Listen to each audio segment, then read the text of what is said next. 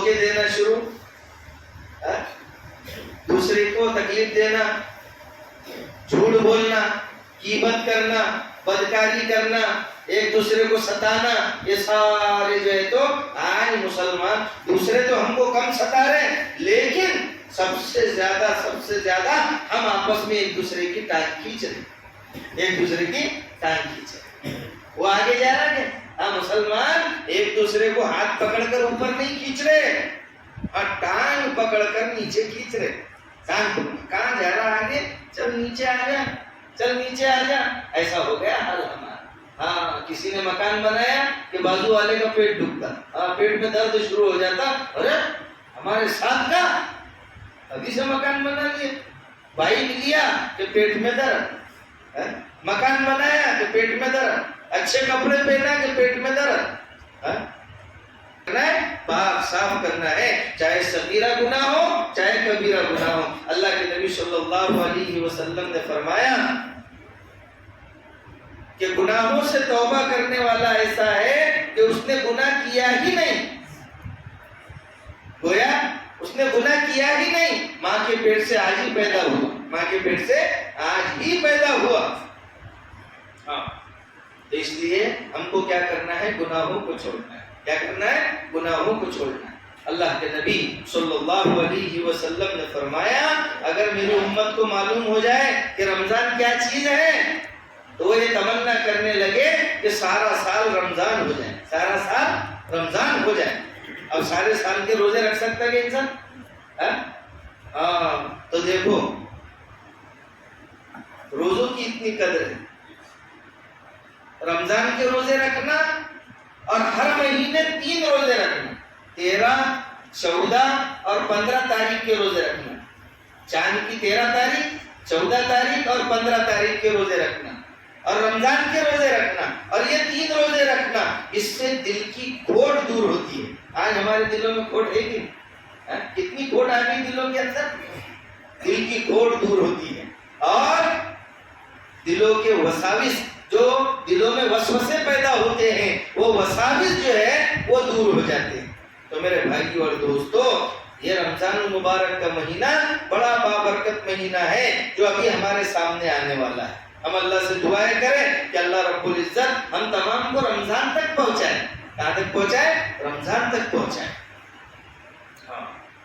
اب رمضان المبارک آنے سے پہلے بھی اور رمضان آ جائے جب بھی رمضان کے روزے رکھنا ہے، تراویح پڑھنا ہے، ذکر فکر کرنا ہے، قرآن کی تلاوت کرنا ہے۔ 4 چیزیں اللہ کے نبی صلی اللہ علیہ وسلم نے رمضان میں کرنے کی بتلائی ہے۔ 4 چیزیں، 2 چیزیں تو اللہ کی رضامندی کے لیے ہیں، 2 چیزیں اللہ کی رضامندی کے لیے ہیں۔ ایک تو کیا ہے؟ کلمہ طیبہ کی کثرت ہے، کلمہ طیبہ کی کثرت ہے۔ کلمہ طیبہ کی کثرت، لا الہ الا اللہ، لا الہ الا اللہ، اس کی کثرت کرنا ہے، یہ زیادہ سے زیادہ پڑھنا ہے۔ حضرت موسیٰ علیہ السلام نے اللہ سے کہا اے اللہ تبارک و تعالی کوئی ایسا وظیفہ بتلا دیجئے، کوئی ایسا وظیفہ بتلا دیجئے جو مخصوص ہو، خاص ہو۔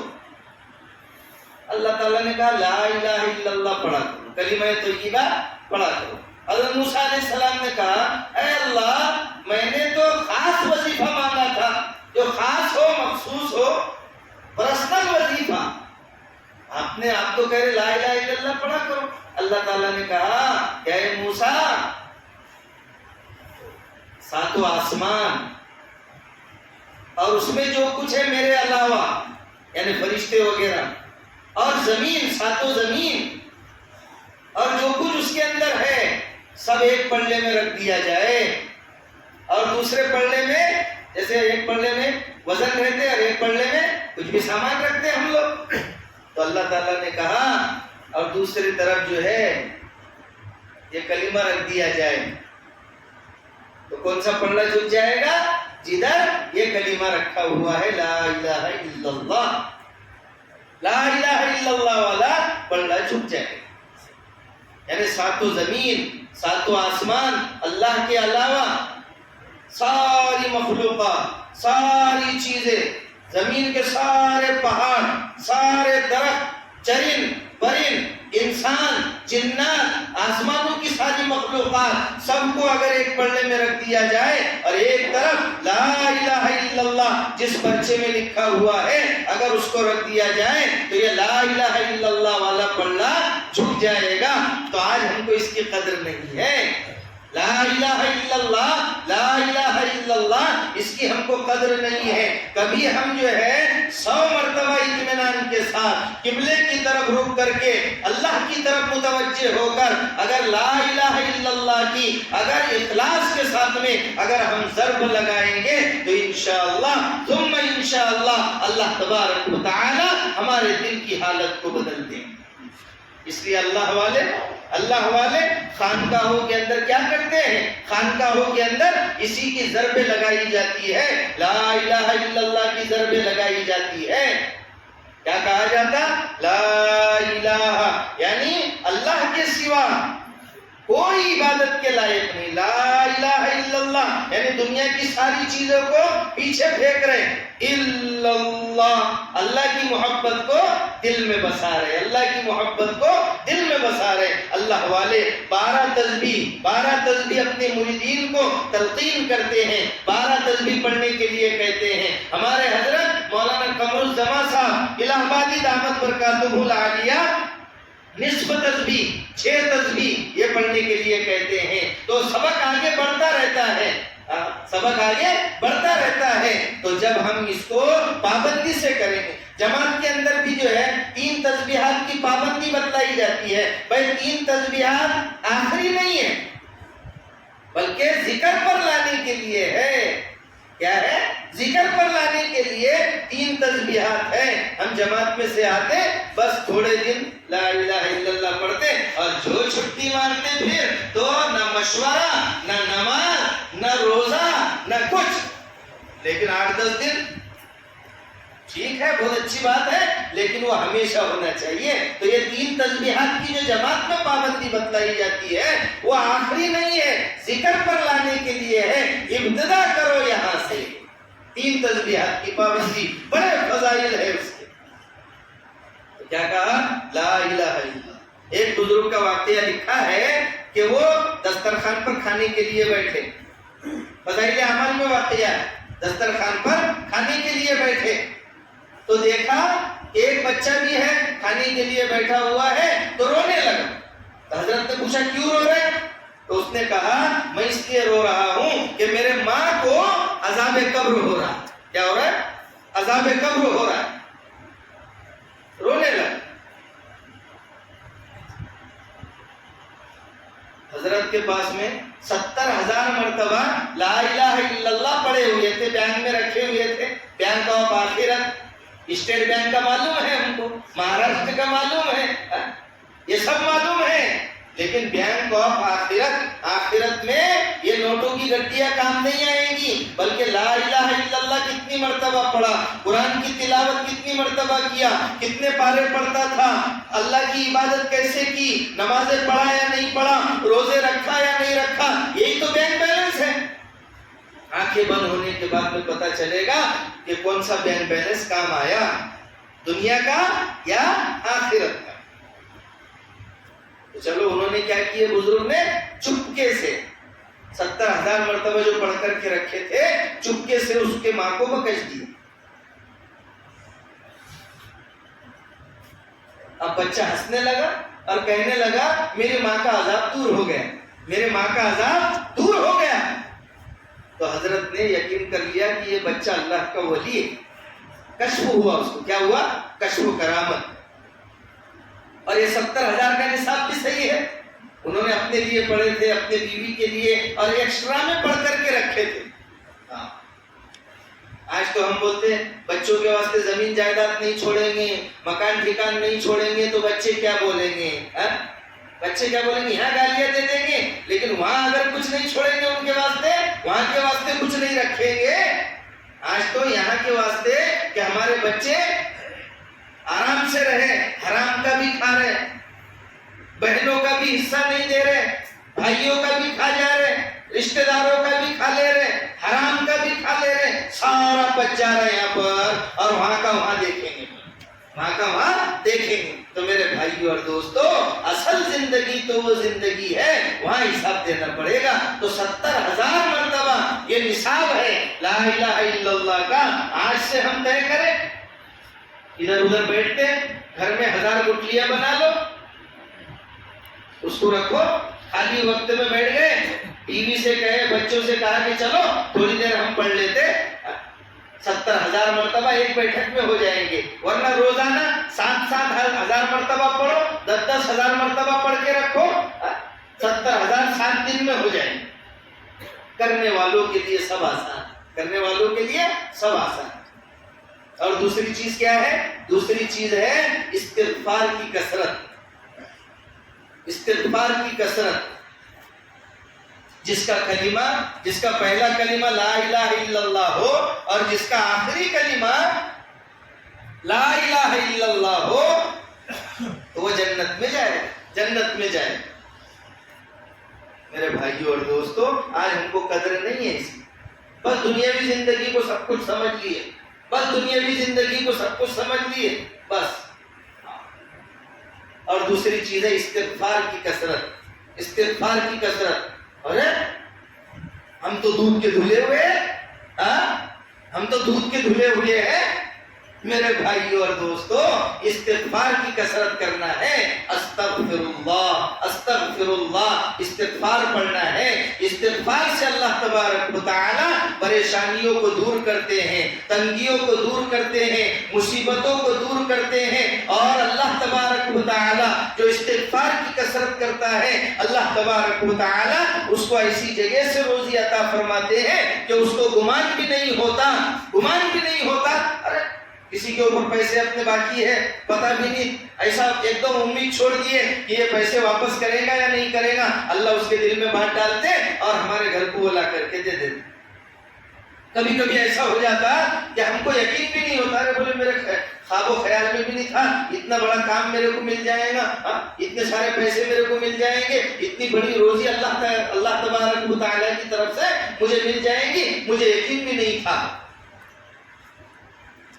حضرت حسن بصری کے پاس میں ایک شخص آیا، کہنے لگا حضرت میرے کو اولاد نہیں ہے۔ حضرت نے کہا استغفار کی کثرت کر۔ دوسرا آیا، بولے مال میرے روزی میں برکت کے لیے دعا کر دیجئے، مال کی قلت ہے، کمی ہے۔ حضرت نے کہا استغفار کی کثرت کر۔ تیسرا آیا، کہنے لگا بارش نہیں ہو رہی، بارش نہیں ہو رہی، تو حضرت نے کہا استغفار کی کثرت کر۔ اب ایک بازو میں بیٹھا ہوا تھا، اس نے کہا حضرت سب کو ایک ہی ٹیبلٹ، سب کو ایک ہی انجیکشن، ایک ہی گولی، سب کو استغفار کی گولی۔ جیسے ڈاکٹر صاحب کے بعد ہم بیٹھے، ڈاکٹر نے اب بخار والے کو بھی پیراسیٹامول، دوسرے کو بھی ہاتھ پاؤں دکھنے والے کو بھی وہی، اور تیسرے کو بھی وہی۔ ہم کیا بولے پیشنٹ، جب پیشنٹ چلے گا ڈاکٹر صاحب تینوں کو ایک ہی، تینوں کو ایک ہی گولی۔ ارے بھائی ڈاکٹر صاحب بولیں گے پیراسیٹامول بخار کو چلتی، بخار کی وجہ سے ہاتھ پاؤں دکھتے، اس لیے اس کو بھی وہی، اس کو بھی وہی۔ اینٹی بائیوٹک ہے، اینٹی بائیوٹک سب کو چلتی نا۔ اب وہ حسن بصری سے کہا حضرت تینوں کو ایک ہی ٹیبلٹ، اولاد والے کو بھی وہی، روزی والے کو بھی، بارش والے کو بھی۔ پھر حضرت نے بتلایا تینوں کے واسطے یہ چلتا کیا؟ جب استغفار کریں گے، نوح علیہ السلام نے اپنے نوح علیہ السلام نے کہا کہ استغفار کرو گے تو کیا ہوگا؟ یرسل السماء علیکم مدرارا، اللہ تعالیٰ بارش برسائیں گے۔ کیا برسائیں گے؟ تو بارش کا علاج بھی کیا ہے؟ استغفار ہے۔ بارش برسیں گی استغفار سے۔ یرسل السماء علیکم مدرارا وَيُمْدِدُكُمْ بِأَمْوَالٍ وَبَنِينَ، اور اللہ تمہاری مدد کرے گا مال کے ذریعے اور اولاد کے ذریعے۔ تو یہ ایسی گولی ہے، اینٹی بائیوٹک ہے، سب کو چلتی، سب کو چلتی۔ استغفار کی کثرت کریں گے، جس کے گھر پہ اولاد نہیں استغفار کرو، اللہ اولاد دیں گے، مقدر میں ہوگی تو دیں گے، مقدر میں ہوں گی تو دیں گے۔ اللہ جس کو چاہتے ہیں یَهَبُ لِمَن يَشَاءُ إِنَاثًا، اللہ جس کو چاہتے ہیں بیٹیاں دیتے ہیں، جس کو چاہتے ہیں بیٹے دیتے ہیں، جس کو چاہتے ہیں دونوں دیتے ہیں، اور جس کو چاہتے ہیں کچھ بھی نہیں دیتے۔ وہ تو اللہ کی مرضی پر ہے۔ اللہ کی مرضی ہے تو استغفار کی کثرت کرنا ہے تو اللہ کی مدد ہے، اللہ کی مدد آئے گی تو استغفار کرنا ہے۔ یہ دو چیزیں تو اللہ کی رضامندی کے لیے ہے، اور دو چیزیں جس کے سوا ہم کو کوئی چارہ کار نہیں ہے۔ ایک تو کیا ہے؟ جنت کی طلب کرنا ہے۔ کیا کرنا ہے؟ جنت کی طلب کرنا ہے رمضان میں۔ ویسے بھی جو ہے روزانہ 3 مرتبہ جو شخص یہ دعا پڑھتا ہے، اللہم انی اسألک الجنہ واعوذ بک من النار، اے اللہ میں آپ سے جنت کی طلب کرتا ہوں اور جہنم سے پناہ مانگتا ہوں، تو جنت کہتی ہے اے اللہ اس کو میرے اندر داخل کر، اور جہنم کہتی ہے اے اللہ اس کو مجھ سے بچا۔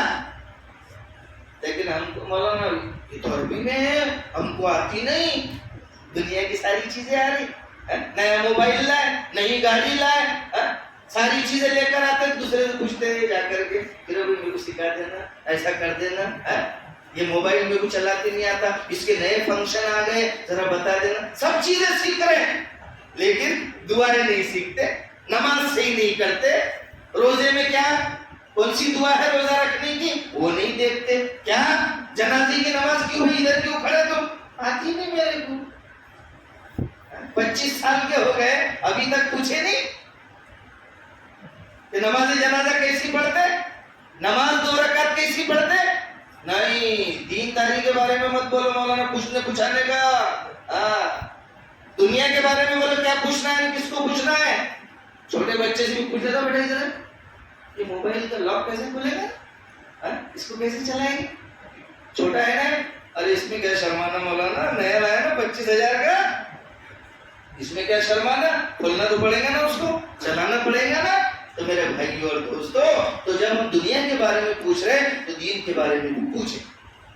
دنیا تباہی کی طرف جا رہی ہے، ہم بھی تباہی کی طرف جا رہے ہیں۔ میرے بھائیو ایک بات کہہ کے بات ختم، آج ہم ڈھیر بن گئے، کیا بن گئے؟ کتنے حالات خراب ہے آج دنیا کے، کتنے حالات خراب ہے، سارے اختلاف چھوڑ، وہ کچھ نہیں جانتا ہوں، لیکن سب نماز پڑھنے کو بول رہے کہ نہیں بول رہے؟ مسلمان نماز پڑھنے کے لیے اس کے پاس ٹائم نہیں، لیکن ادھر ادھر بیٹھنے کے لیے ٹائم ہے۔ اللہ کو کھلے عام ناراض کر رہے ہیں، کھلے عام ناراض کر۔ اگر ہم کسی کی طرف کام پر ہیں مہینے سے، ایک دن بھی گھر کو نہیں رہیں گے، نہیں بولے میری لاگو پاٹ ہمیشہ کے لیے میں اس کی طرف لگا ہوا ہوں، بولے ایک دن بھی غیر حاضر ہم گوارا نہیں کرتے۔ لیکن وہ اللہ جو روزی دیتے ہیں، یہ تو مہینے کی تنخواہ دے رہا ہے، لیکن وہ اللہ جو ہمیشہ روزی دیتا ہے ہم اس کو ناراض کر رہے ہیں۔ ارے کوئی کام نہیں بھی ہے، کوئی کام نہیں ہے ہم کو، پھر بھی بازار میں بیٹھے ہوئے پھر کہتے کہ ہمارے اوپر ظلم ہو رہا، مسلمان محفوظ نہیں، اللہ ہماری طرف نہیں دیکھ رہا، جان بوجھ کر نماز چھوڑ رہے ہیں۔ من ترک الصلاۃ متعمدا فقد کفر، اللہ کے نبی نے فرمایا جو جان بوجھ کر کے نماز چھوڑ دے اس نے کفر والا عمل کیا۔ وہ تو امام ابو حنیفہ رحمۃ اللہ علیہ فرماتے ہیں، بعض علماء کے نزدیک، بعض صحابہ کے نزدیک جو جان بوجھ کر نماز چھوڑتا ہے کافر ہو جاتا ہے، کافر ہو جاتا ہے۔ امام اعظم ابو حنیفہ فرماتے ہیں کافر تو نہیں ہوتا لیکن باؤنڈری پر پہنچ جاتا ہے، کب اندر چلا جائے کچھ کہا نہیں جا سکتا۔ ارے بھائی بکریاں چراتے چراتے دھوئے کے قریب پہنچ جاتا انسان تو لوگ کیا بولتے، دیکھنا اندر نہ چلی جائے، تھوڑی آنکھ لگی چرانے والے کی یا توجہ ہٹی، بکریاں اندر کھیت کے اندر چلی جاتی ہے، ایسے یہ باؤنڈری پر پہنچ جاتا ہے، کب اندر چلا جائے کچھ کہا نہیں جا سکتا۔ ارے جان بوجھ کر کے نمازیں چھوڑ رہے، جان بوجھ کر کے نمازیں چھوڑ رہے، ادھر ادھر بیٹھے ہوئے ہیں۔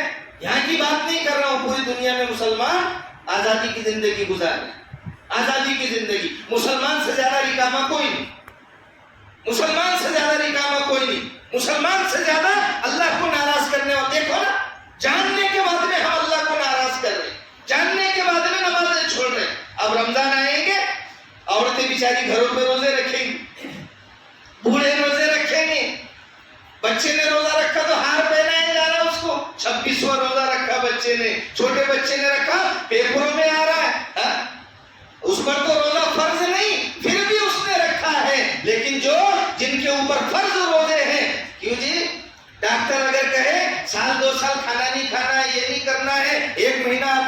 پانی کو ہاتھ نہیں لگانا ہے، کھانا نہیں کھانا ہے، یہ نہیں کرنا ہے، ڈاکٹر کی بات کو مانیں گے. لیکن اللہ تبارک و تعالیٰ کہہ رہے لیکن ایسا بھی نہیں کہ رات دن کا روزہ ہے. صبح میں پیٹ بھر کر حلق تک کھاتے، پھر شام میں بھی افطاری میں یہاں تک کھاتے اور تراویح میں گھر کو سو جاتے. ہو رہا کہ نہیں ایسا؟ میرے بھائی اور دوستوں باتیں بہت ہیں، باتیں اللہ کو ایک دم کھلے عام ناراض، کھلے عام ناراض. ارے آج تو مسجدیں بھر جانا چاہیے تھی، بھر گئی نا مولانا جمعے میں، ارے فجر میں بھرنا چاہیے. پہلے فجر میں نمازی آنے لگیں گے. فجر میں جو ہے آج کل تو کیا ہے، ہم نے ہنسی پر لی، مولوی جعفر ایسے ہی بولتے، بولے مولوی جعفر ایسے ہی بولتے. ہمارے گاؤں کا حال تو یہ ہو گیا، مولوی جعفر دکھ گئے تو کر لو بیان. دوسرے گاؤں میں بڑی قدر ہے. میں اس لیے نہیں کہہ رہا کہ میں مولانا ہوں. دوسرے گاؤں میں ابھی میں گیا تھا فیض پور بیان کرنے، اسپیشل گاڑی بھیجی انہوں نے، کار بڑی، مولانا لوگوں کو ایسے لے جانے کے لیے آتے. ہمارے گاؤں میں تو ایسا ہے، ارے بڑے بڑے مولانا کو بلانا چاہیے گاؤں میں بیان ہو، جلسے جلوس ہونا چاہیے. ارے کب تک کہ ہم یہ کریں گے؟ میرے بھائی اور دوستوں، اس لیے نمازوں کی پابندی کرو. کیا کرو؟ نمازوں کی پابندی. اللہ کو ناراض مت کرو. اپنی قدر کو پہچانو، ورنہ کیا ہو جائے گا پھر آپ کو معلوم. اللہ تبارک و تعالی ہم تمام کو کئی سنی باتوں پر عمل کرنے کی توفیق عطا فرمائے. وآخر دعوانا الحمدللہ رب العالمین.